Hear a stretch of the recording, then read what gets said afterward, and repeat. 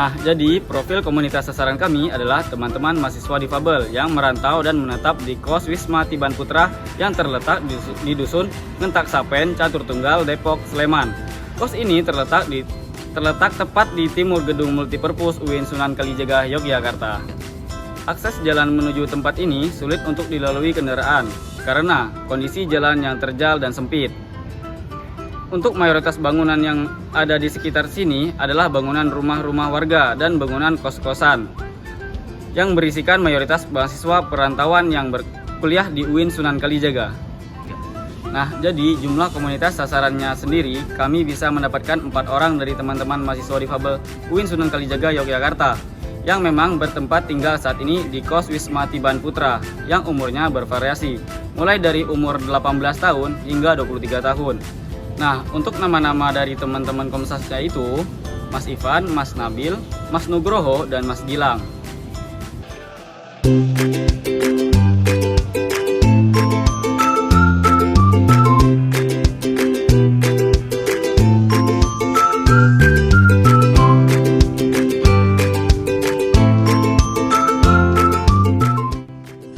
Melalui wawancara yang mendalam terhadap 4 komunitas sasaran kami, terungkap fakta bahwa mereka termasuk dalam kategori miskin, di mana hal ini terlihat jelas dari kondisi ekonomi keluarga mereka, khususnya pekerjaan orang tua.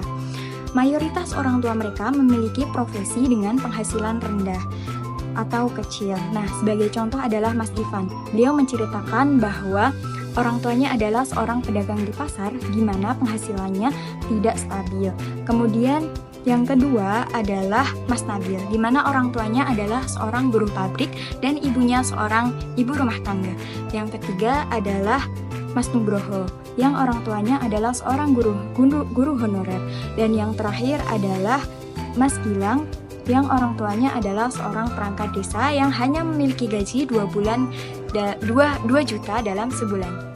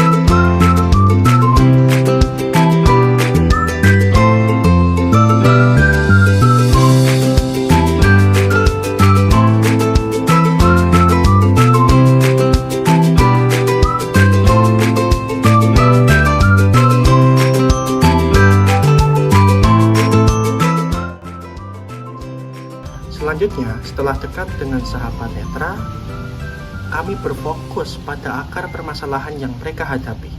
Berdasarkan hasil wawancara mendalam dengan mereka, kami melakukan analisis untuk mengidentifikasi penyebab utama permasalahan yang muncul. Diagram Pareto merupakan grafik batang yang menggambarkan penyebab masalah utama berdasarkan urutan banyaknya frekuensi kejadian. Diagram ini berfungsi untuk menemukan penyebab masalah utama terpenting, paling sering muncul, dan harus segera diselesaikan, serta penyebab masalah yang dapat ditunda penyelesaiannya. Dengan kata lain, 20% kategori bertanggung jawab atas 80% hasil. Nah, dari diagram Pareto ini bisa kita ketahui bahwa presentasi permasalahan utama dari keempat teman difabel yang menjadi penyebab masalah yang pertama adalah banyaknya waktu kosong dengan presentasi 14% dengan frekuensi 1 orang, yaitu Ivan. Yang kedua adalah penjualan rendah dengan presentasi 29% dengan frekuensi 2 orang, yaitu Nugroho dan Nabil. Mereka berdua pernah bercerita bahwa mereka sempat mencoba untuk berjualan makanan ringan ya, untuk menambah penghasilan guna memenuhi kebutuhan mereka. Namun tingkat penjualannya tidak signifikan dan cenderung kurang laku, yang mengakibatkan kecilnya pendapatan. Yang terakhir, yaitu yang menjadi masalah yang dirasakan oleh semua teman difabel, adalah kurangnya uang karena masih mengandalkan kiriman orang tua dengan persentase 57% dengan frekuensi 4 orang, Ivan, Nugroho, Nabil, dan Gilang. Mereka mengakui bahwa kiriman yang diberikan oleh orang tua masih sangat kurang untuk memenuhi kebutuhan mereka selama di Jogja. Oleh karenanya, kami buat dan kami susun penyebab masalah utama tersebut ke dalam diagram Pareto supaya mudah menganalisisnya.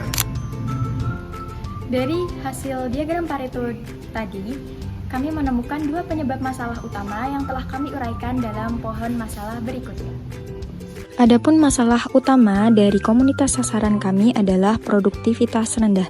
Produktivitas rendah pada komunitas sasaran maksudnya merujuk pada potensi ekonomi yang belum terrealisasi sepenuhnya akibat hambatan sistematik dan sosial yang mereka hadapi.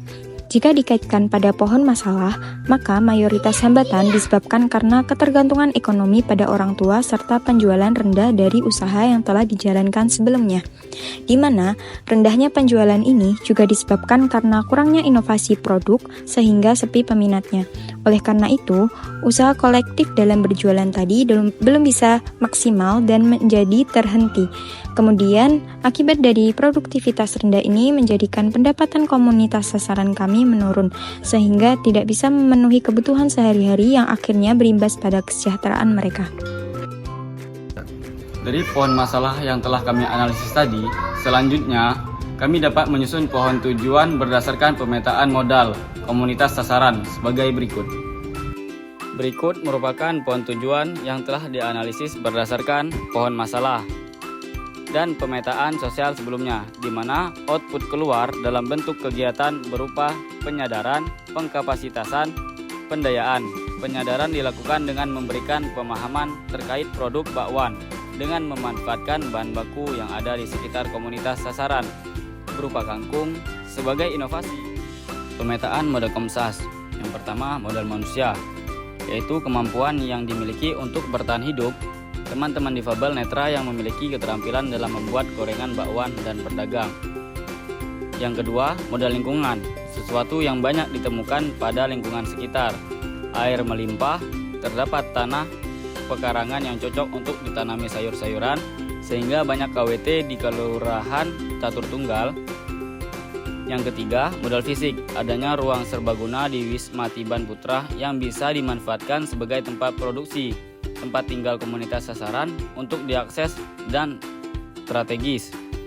Adapun jalan sudah halus tetapi cukup sempit dan naik turun, sehingga hanya bisa dilalui oleh motor saja. Yang keempat, modal sosial, aturan atau norma yang dianut oleh komunitas sasaran. Komunitas sasaran memiliki rasa kekeluargaan yang erat, sehingga sangat terbuka dalam menerima inovasi bisnis. Sedangkan produk adalah makanan yang halal sesuai kondisi masyarakat sekitar yang beragama Islam. Yang kelima, modal teknologi. Teknologi lokal yang dimiliki Komsas, resep, listrik, akses internet dan wifi, gadget, panci listrik, alat masak, mangkok, sendok, gunting, dan lain-lain. Akan tetapi belum memadai. Yang keenam, tuntutan pasar. Harga murah, tampilan menarik, rasa enak, memiliki nilai gizi yang baik, dan kekinian. Selanjutnya adalah analisis KUM sebagai berikut. Untuk inovasi Kobasa termasuk pada aplikasi karena konsep utamanya yang sama, yaitu berasal dari produk yang kala itu viral, yaitu gorengan badak atau bakwan daging. Namun pada produk inovasi ini kami melakukan beberapa perubahan. antara lain pada size-nya, color, use, material, part, shape, dan juga name. Untuk perbandingan spesifikasinya bisa dilihat di sini.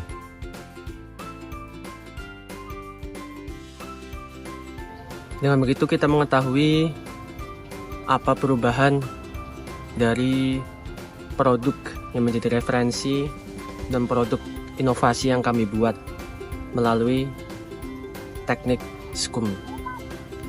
Untuk selanjutnya adalah perumusan inovasi nilai. Inovasi nilai merupakan bentuk kebaharuan yang bisa dijangkau, di mana inovasi ini dapat diimplementasikan dengan mengabstraksikan pola kerjasama melalui identifikasi pola hubungan antara perusahaan sosial dan Komsas, serta perubahan nilai keuntungan. Nah, untuk bentuk lebih lanjutnya pada proyek kami seperti berikut. Dalam implementasinya, kami menggunakan model bisnis sosial yang pertama, yaitu model integratif. Model bisnis ini digunakan apabila sumber daya manusia dari komunitas sasaran lebih dominan, yang artinya mereka memiliki keterbatasan berupa aset. Komunitas sasaran kami merupakan mahasiswa disabilitas netra yang memiliki keterampilan produktif, berupa kemampuan untuk membuat produk bakwan, akan tetapi masih memiliki keterbatasan aset produktif.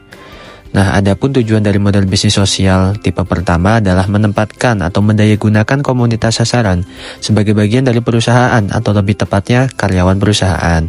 Model bisnis sosial pertama dilakukan dalam satu organisasi yang sama, yaitu UMKM Mandiri Rantau. Berikut adalah struktur perusahaan sosial yang telah kami buat.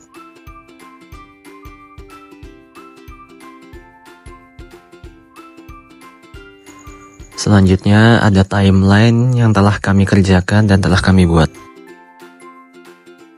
Etika bisnis sosial merupakan konstruksi nilai sebagai pedoman berperilaku antar stakeholder internal atau stakeholder internal dengan eksternal dalam kegiatan usaha. Adapun etika bisnis sosial meliputi 4 konstruksi nilai yang menjadi pengharapan para konsumen yang nantinya diaktualisasikan menjadi budaya perusahaan sosial. 4 konstruksi nilai tersebut meliputi profesionalitas, kejujuran, sinergitas, dan kesalahan sosial. Adapun budaya perusahaan kami terbagi menjadi 2, yaitu yang pertama adalah invisible artifacts, yaitu meliputi nilai yang dijadikan keyakinan dalam menjalankan usaha, dengan visi dan misi seperti berikut.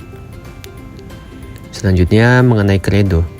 Kredo kami adalah Merdeka Lazat bersama Kobasa. Merdeka di sini bisa diartikan sebagai nilai kesehatan dari produk yang kami buat, karena terdapat sayur kangkung yang kaya akan nutrisi. Merdeka juga bisa diartikan sebagai keterjangkauan harga dari produk itu sendiri. Yang kedua adalah visible artifact, atau nilai yang tampak dan dapat mewakili perusahaan. Yang pertama adalah logo perusahaan. Makna dari logo kami ialah yang pertama, tangan memegang spatula, yaitu melambangkan pemberdayaan, kepedulian, dan kesediaan untuk bekerja sama. Dan simbol bahwa penyandang tunanetra memiliki potensi dan siap berkontribusi. Selanjutnya adalah lingkaran cahaya, yaitu melambangkan harapan, semangat, dan masa depan cerah. Warna kemasan menekankan kualitas produk dan nilai sosial yang tinggi. Selanjutnya ada simbol kacamata dengan adanya garis, yang merepresentasikan dari penyandang tunanetra secara simbolis dan bermartabat, menyampaikan bahwa keterbatasan tidak mengurangi kemampuan untuk berkarya. Selanjutnya adalah aroma atau uap, yaitu memberikan kesan kuliner hangat, menggoda, dan menggugah selera. Simbol kreativitas dalam pengolahan produk makanan. Selanjutnya ada aksen piring atau roda, yaitu gabungan antara simbol kuliner, piring, dan mobilitas atau distribusi, roda, melambangkan arah bisnis yang bergerak maju dan menjangkau luas. Selain itu, kami juga menampilkan identitas kami di stiker kemasan produk. Selanjutnya, bahasa yang kami gunakan adalah bahasa Indonesia. Budaya ritual perusahaan yang biasa kami gunakan adalah employer gathering yang diadakan setiap 6 bulan sekali. Fungsinya adalah untuk memperkuat hubungan antar karyawan. Dan cara berpakaian seragam yang kami wajibkan dalam perusahaan kami adalah mengenakan pakaian bebas yang sopan, serta menggunakan penutup kepala.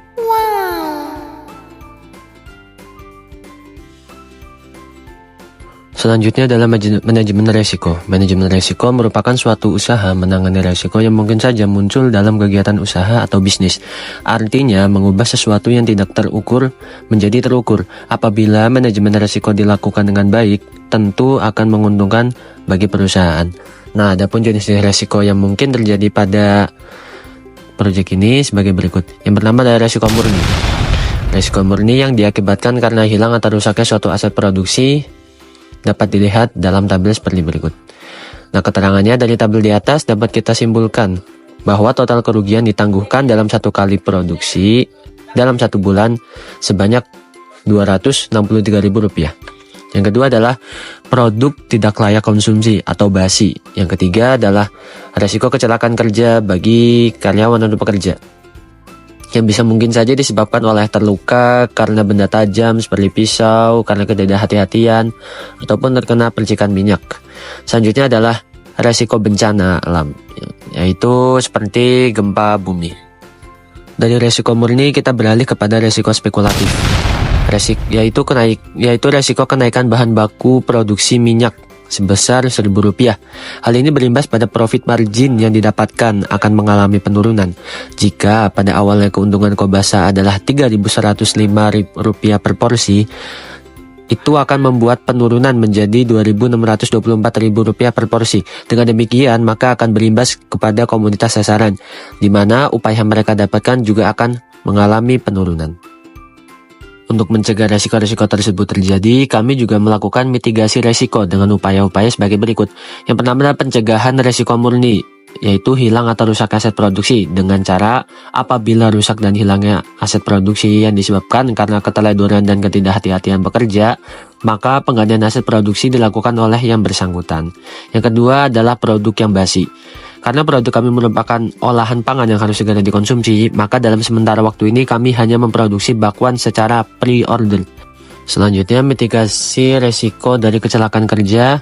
Karena komunitas sasaran kami adalah sahabat netra, maka sangat rentan dalam mengalami kecelakaan kerja. Untuk itu, kami membuat SOP dalam proses produksi dan menggunakan alat-alat yang terbilang aman, seperti desain dapur yang fleksibel dan aman dengan menerapkan tata letak yang konsisten, penjepit makanan panjang, dan spatula yang aman, wajan dengan gagang anti panas. Tentunya, sebelum terjun ke dapur, kami akan melakukan pendampingan, pelatihan, supaya familiar bagi teman-teman Komsas. Selain itu, kami juga menyediakan P3K sebagai antisipasi terhadap kecelakaan kerja. Selanjutnya adalah mitigasi terkait bencana alam. Adapun manajemen risiko yang kami lakukan untuk mencegah hal-hal yang tidak diinginkan adalah dengan selalu menyiapkan prosedur evakuasi, termasuk kesiapan komunitas sasaran dalam evakuasi diri dan pemetaan jalur evakuasi. Sebelum melakukan aktivitas produksi, maka kami selalu melakukan pemantauan aktivitas yang berpotensi menyebabkan bencana melalui BMKG. Dan yang terakhir adalah pencegahan resiko spekulatif. Apabila terjadi kenaikan bahan baku produksi, maka jalan keluarnya kami akan mencari supplier bahan baku lain yang lebih murah. Selanjutnya masuk pada manajemen keuangan. Berikut merupakan harga-harga untuk bahan baku dan biaya pada satu kali produksi, dan juga perkiraan pendapatan dalam satu kali produksi UMKM Mandiri Rantau. Selanjutnya adalah biaya dan perkiraan pendapatan dalam 1 bulan, yaitu dalam 12 kali produksi. Modal awalnya adalah Rp2.600.000. Pengeluaran awalnya yang pertama dari bahan baku adalah Rp1.524.000. Yang kedua dari upah pekerja yaitu Rp960.000. Jadi total biaya produksinya adalah Rp2.484.000. Selanjutnya masuk ke sisa modal awal, yaitu sisa Rp116.000. Nah, proyeksi keuntungannya melalui HPP-nya adalah Rp10.350. Profit marginnya kita mendapatkan Rp3.105. Harga jualnya adalah Rp13.455. Pendapatan kotornya jika ditotal mencapai Rp3.229.200 dengan pendapatan kotor sebesar Rp745.200. Nah, untuk laporan pembagian hasil pendapatan bersih upah wirausahawan sosial sebesar 30% yaitu Rp223.560. upah per orangnya adalah Rp55.890. Untuk upah komunitas sasaran Komsa 70% besarnya dengan jumlah Rp521.640.000. Upah per orangnya adalah Rp130.410.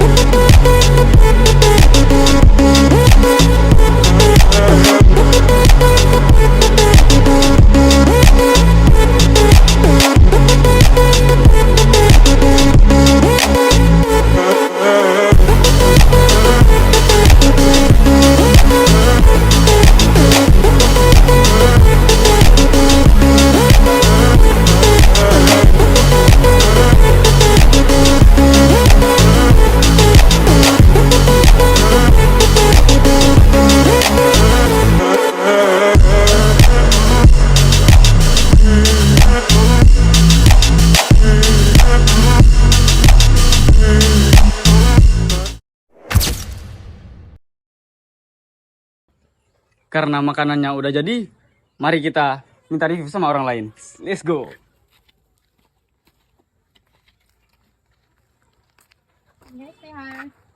Halo kakak, Mau apa nih? cobain produk kita nggak? Ini namanya bakwan topping. Bakwan topping. Iya.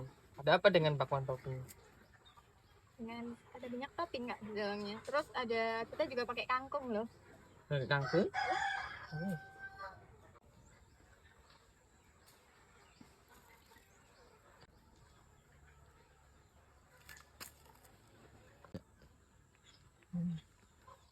Jempolnya, jempolnya.